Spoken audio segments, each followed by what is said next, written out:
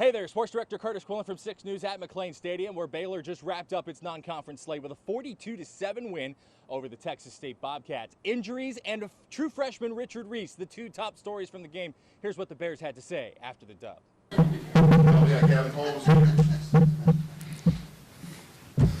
Gavin, what kind of inspiration was Richard Reese today for him to have that breakout game? Yeah, that was so much fun just to see him. He worked so hard during the week. We knew he was going to have to play a big role today, and he definitely stepped up, and it was really cool to see. Gavin, what about the play fake at the end of the first half by Blake? That seemed to really ignite you guys because it was kind of a little choppy there in the first half. What did that do for this team going to the locker room? Yeah, we knew we were going to be in like a 2-minute situation, so we wanted to drive down there and get some points. We did start off a little shaky, slower than we would have liked to, but yeah, like I said, I think that 2-minute drive kind of put us into gear for that second half. Yeah, Gavin, on that 28-yard touchdown of yours, you kind of caught it on an island over the middle and then outran like 2 to 3 guys. What did you see on that, and how was that for you? Yeah, I knew there were holes. There had been holes in the middle of the field the whole game, and I told Blake, just hold it a little longer. I'm going to sneak through one of those holes, and he hit me, and I just saw green and took it. So yeah, it was a good play.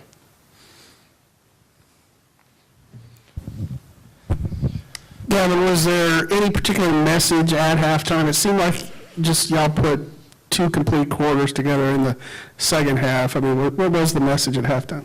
I think to just, like I said, I think we started offensively a little slower than we would have liked, but I felt we were still executing at a pretty good level. So I think the big message for us going into the second half was just to play fast and just continue to play our game of football. And I think we did that. So, Gavin, with your injury history and then battling injuries in camp again this year, do you feel like you have an extra appreciation when you're out there for games like today? Oh, of course. I've waited a long time for this. And so I'm just extremely blessed and thankful, and I'm just taking it all in. Gavin, coming into today, only 1 touchdown drive for you guys all season that was less than 5 minutes. Obviously, you have the 2-minute drill before the half and 2 in the second half that last less than a minute. What was that like to feel the offense just clicking on all cylinders? Yeah, it was great. We worked 2-minute a lot during the week. I feel like more than in my time here, we worked 2-minute the most with this offense and this staff because we know how important those situations are. And you never know when you're going to have to be in a 2-minute situation. So we just wanted to prepare to the best of our ability, and I think we did. Gavin, what step do you think the offense took today in kind of rebuilding after that loss to BYU? Yeah, I think just we played together today, and like you said, like I said, we started off a little slow, but we know what we're capable of. Especially how we practice, the time we put in outside of the facility, all that. So we know what we can do. We know what we're capable of. We just got to go out there and play our game and execute. And that was the message going into the second half. And we did make some mistakes offensively in the second half, but we rallied together and we were able to bounce back from those. Gavin, through 3 games, how would you grade Blake Shapen? I think he's just progressing continuously. Last weekend was a hard weekend for the whole team, for all of us. And we just wanted to get that taste out of our mouth. And I know Blake was taking a lot, on himself. And we just kind of rallied around him. We were like, we got you. Like I said, we know the work that we put in. We know the time that we put in. And we know what kind of player Blake is. And I think he came out today and played very precise, smart football. Gavin, y'all obviously had a bunch of guys out. Did y'all know that coming in that a bunch of other guys would have to step up? Yeah. I mean, we knew going into this week that we had some bodies down, but we were very confident in the guys who needed to step up. And I think everybody who had to step up today did step up today. And I think that's just a testament to our preparation and our staff and just the work that we put in during the week. Gavin, back over here. How do you feel like the run game helped out the pass game today? Obviously, Blake broke that big run, but it seemed like that really helped out in the second half too. Yeah, especially with those play actions that we were doing, the nakeds, because we wanted to pound the ball, off rips from the beginning of the game, and so, that just continued. That just kept bringing guys down into the box, and we knew we were going to be able to hit shots over their heads, and that's what they did. Gavin, 11 a.m. kickoff today. Just how hot was it on that turf, and did that contribute at all to maybe a little bit of the slow start? Not really. I mean, yeah, it was hot, but we practice every day at 3 o'clock, so we're pretty used to that. And that's what Coach was telling us. That's why we practice at that time, at the hottest part of the day for games like this. So yes, it was very hot, but I think we were prepared for it. Yeah. No.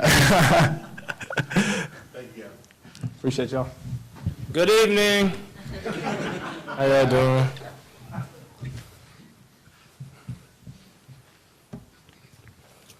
Looked like the defense kind of picked it up as the game went on. Did you kind of feel that way, that y'all got better as it progressed? Yes, sir.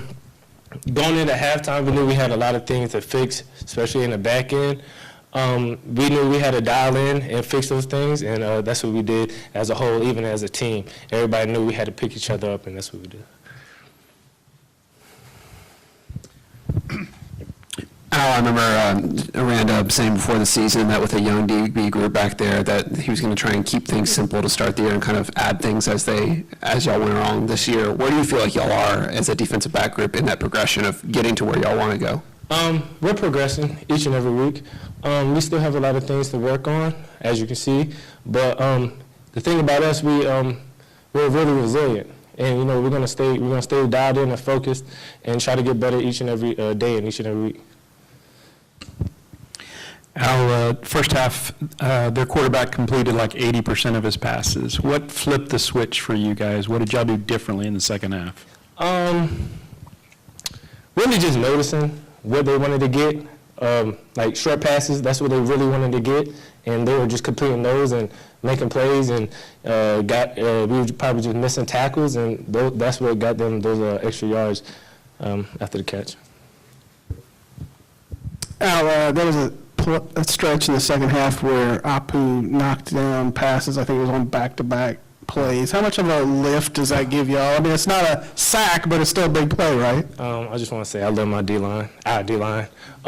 Those guys really help us so much in the back end, especially that we're a younger group. So for those guys to, I always tell them it starts with them up front, even offense. It starts with you guys up front, and with you guys, we could follow behind you guys. And they did a really great job of doing that. Al. I'm Alan with Paycom Jim Thorpe Award. As you might know, Jalen Petrie was a finalist for us last year. How's it been stepping up into that leadership role, kind of filling those shoes in the secondary? And how do you see the defense, specifically the secondary, through the rest of the season? It's been good stepping into that role. My first year here, I was behind Jalen Petrie, learning behind him.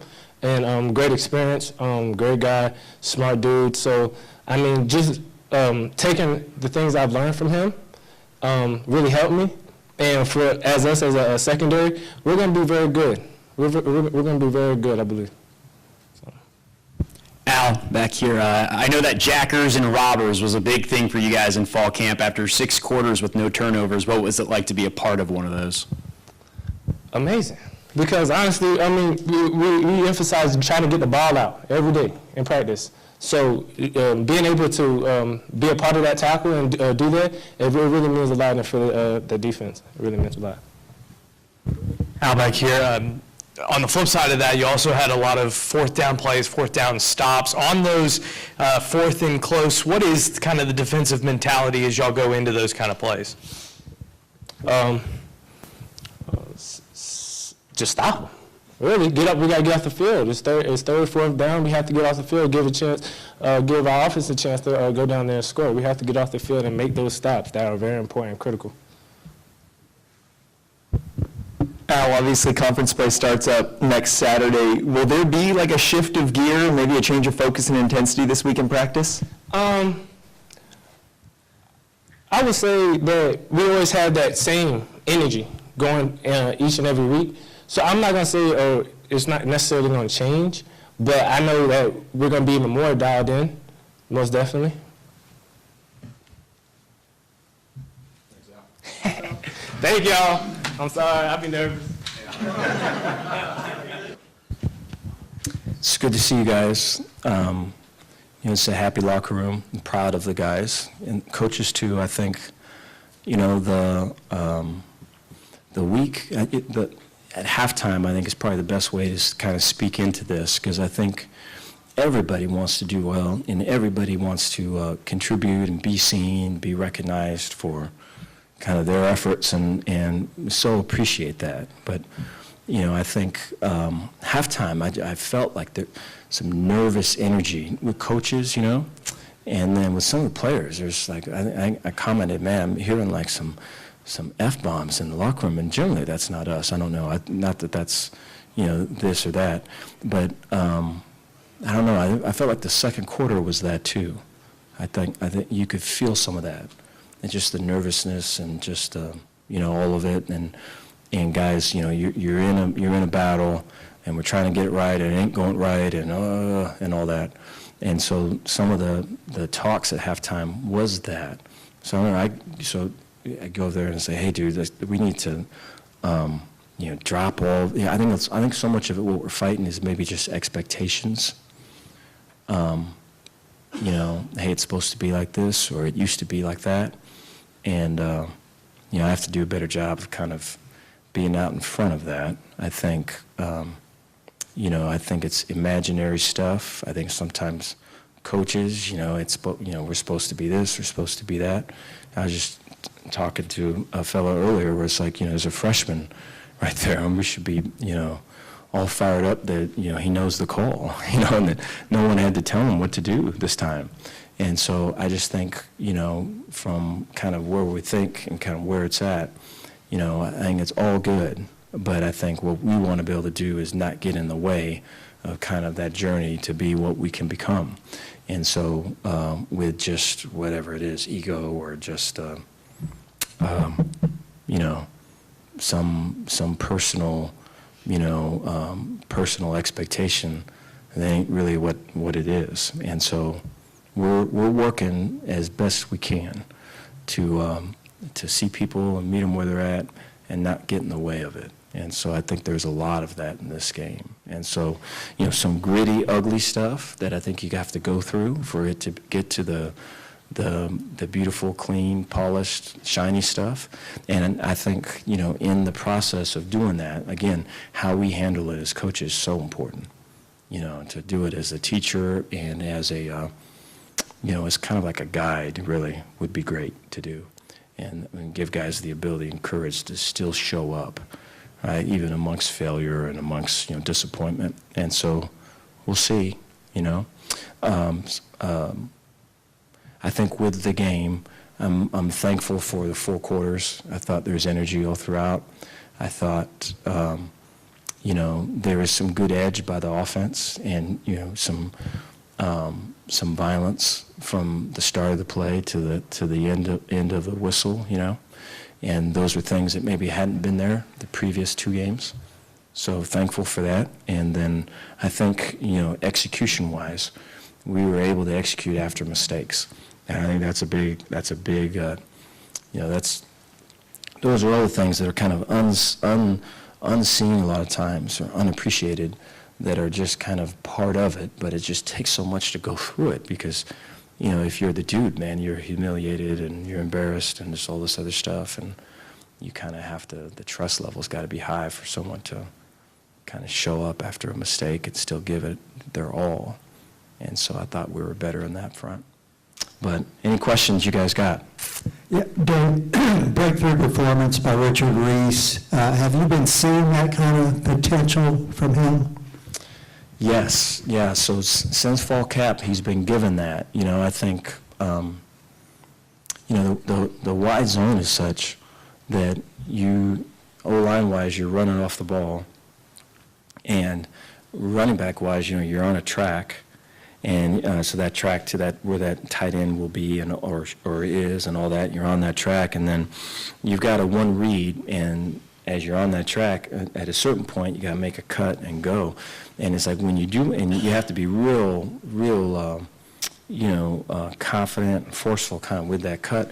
And there is an element of kind of you're running into this, because you wish it to be clear, and sometimes it's not clear, and it looks like this, and you have to kind of, put your shoulders down and go through it.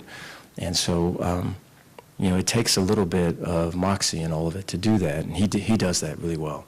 And was able to kind of pop a few big ones too, which helps with confidence and everything. And so excited for him and his, he's always one where after the run he gets the ball, gives it to the official, and runs back and all of it.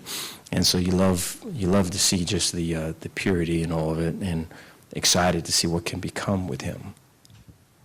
Dave, the expectations for your offensive and defensive lines were so high coming into the season. Through 3 games, what have you seen from each unit? I think the defensive lines, there's been, we're battling through some, we're missing some guys, and so we missed another guy today. And so I think there has been, today was probably the most we struggled with the run, but there were some throw downs that they ran it, and so there's a good job by them of, Texas State, of having numbers and going against the numbers and stuff. Took us a little bit to make adjustments to all of it, which we eventually did. But I feel really good about defensive front and their ability to run, stop, and then I thought today was better pass rush-wise too. And so I think that was a huge emphasis for them. And so I think, Apu is a great example. I think Apu, we've had 3 games. Apu's been a captain twice. And, Apu from where, I think his story, and I'm hesitant to speak on it because it's not through yet, but I think, just his maturity, I would call it a growing maturity, and his leadership is just way appreciated. And I think, last week at BYU, I think we were talking maybe this before, is, in the huddles, he would be, saying all the things that I would say. And when you kind of say weird stuff, you recognize your words with somebody else. And so I'm seeing it Apu, and it's like, dude, come on, man. And he's saying, what he's trying to do, I think, he was seeing guys with big eyes and stuff, and he was trying to get to them. And I should have seen it prior to him, and I didn't.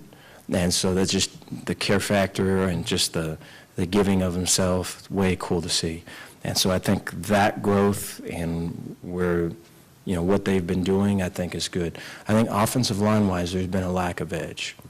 I think so edge would be, the violence and the force that you unload on people, and all between, the start of the play and the echo of that whistle. And I think that I take a lot of responsibility for that. I have not talked that as much as I should. I think the previous year, so last year I talked about it probably a lot, because I think those guys thought edge was after the play, talking this and pushing that and everything. And so to really kind of clean that up last year was a whole thing. And I don't know, my mistake for not speaking it enough. And we've spoke on it quite a bit this past week, and I think we've showed signs of that today. Not that we're there by any means, but we found the interstate, so we can kind of open it up now. Dave, there were some different dudes on the field today. I was having to check the roster several times just to see who that was that made the play. How much of maybe that contributed to a little of that nervous energy that you talked about? Yeah, I think that's our team. I think that's it.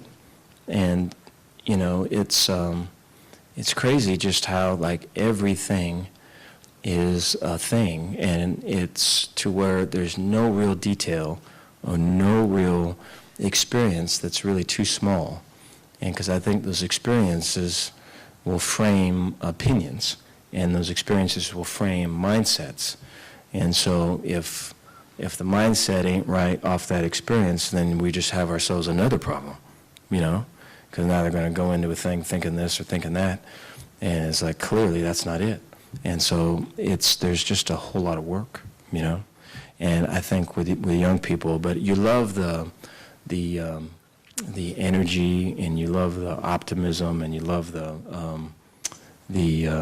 want to, and so I think that, but I think the challenge for coaches is to really have compassion for themselves, the coaches, right? And it's just like, hey, we've got young dudes, right? They're going to give everything they got. Let's create an opportunity, the best environment for them to do that. But if it ain't, right, it's going to be all right. We can fix it. I think all the tightness with the coaches, for sure, makes its way to the freshmen, and there's a bigger impact on them than maybe a senior. And so, it's been quite a bit. But I think we'll continue to have young guys play, and they did great today. Dave, I guess, was there something y'all had seen that you thought that bootleg would work, and how big was that late drive there just to kind of flip the momentum back? Yeah, I think Blake is comfortable in getting out of the pocket that way. I think that there's two or three things that he really kind of leans to or leans on, and those nakeds are one of them. And I think tight end wise, we do a great job with securing edges. There's times there's way wide 9 techniques, and so we're running a bootleg, but I think Texas State knows that we're running one too. And the tight end, I know Kelsey, one of our freshmen, for example, hooks the guy and hands are inside, plays it the right way, and we're able to get around it. And so, I think that right there is just part of like our identity is in this, right? They know it and we know it, and we still execute. We need to get more things like that, and it's usually ugly before it turns pretty. And so we're in that process. But I think bootlegs will continue to be a thing. I think to be able to get Blake out of the pocket as well, some of that interior pressure that I think we felt last week, bootlegs are a good antidote to that. It was big. I think, we've talked a lot about complementary football, and so playing as a team, and I think it's one of those things you spend so much time in the off season really working to get to know people and have people open up and make themselves available, and coaches look at old old mannerisms or old prejudice and just all of that. So you go through all of it, and then, but I think the whole thing with all of that is so that you can play together as a team. And then, when you come off the field or when you're done with Baylor football, that you can see how that applies for your life. And it's just, we have not really played complementary football until today. And so, if one side doesn't do well, right, special teams bails them out. The other side steps up and maybe gets a 3 and out, and now, or a takeaway, and then the energy that's created from that, there's a momentum. Now the offense come back and ride that momentum, right? And then you kind of get it, you turn it from going one way to the other way. And I think there was multiple times it happened in this game. Last year was one of the things that became an automatic for us, and we're working hard to get on the right side of that for this year. That's Dave. On the flip side of that, for the second straight week, you guys give up a touchdown there right before halftime. Is there something that you've noticed from the defense in those final possessions before the half or before the end of the game that kind of stood out to you? Yeah, I think pressure. I think anxiety. I think those would be the things. I think that I think some of it is going through it. I think the other piece is kind of us as coaches is how we respond to it, because we're either kind of, putting water on the fire or putting gas on the fire. And then I think the other piece with that is just creating more of those situations in practice, and so that they feel that pressure and are able to play green. I think playing green, playing fast, playing authentically, putting themselves out there and not holding back. I think for the majority of this game, I felt the defense did that with some of the big stops they had. But you're correct. I think in that particular instance, we were playing yellow or playing to not to lose as opposed to win. Dave, it looked like you guys were without several players today. Tay was one of them, Monterey, but Ben Sims, Cole Maxwell. Do you have an update on any of the guys who didn't play today? We're hopeful for, Tay, Monterey, and Ben, that we'll have them this past next week. We're hoping to try to get them for this one, and we did not. So there's head injuries, and we're hoping that all that's resolved, kind of coming back. Cole, I think, is going to be a little bit longer. I'm not sure exactly how long. Hopeful it's not extended. And we had a couple other guys today, too. I think, the ability for young guys to come in and really not miss a beat. We played a bunch of guys on defense, and it was way good to see. And then I think for Kyron to come in at quarterback and be able to get some drives and run some nakeds as well and kind of take control of it was really good. And so I think for right now, a lot of that, we're looking at that as a plus. I think there is some good cohesion in terms of an identity and what we're looking for, or at least, like I say, we're on the interstate for a lot of it. But we'll still be working through some of these injuries, I think, in the future. Thank you, guys. Conference play starts up next Saturday. The Bears face Iowa State. That is an 11 a.m. kick in Ames, and 6 Sports will be there.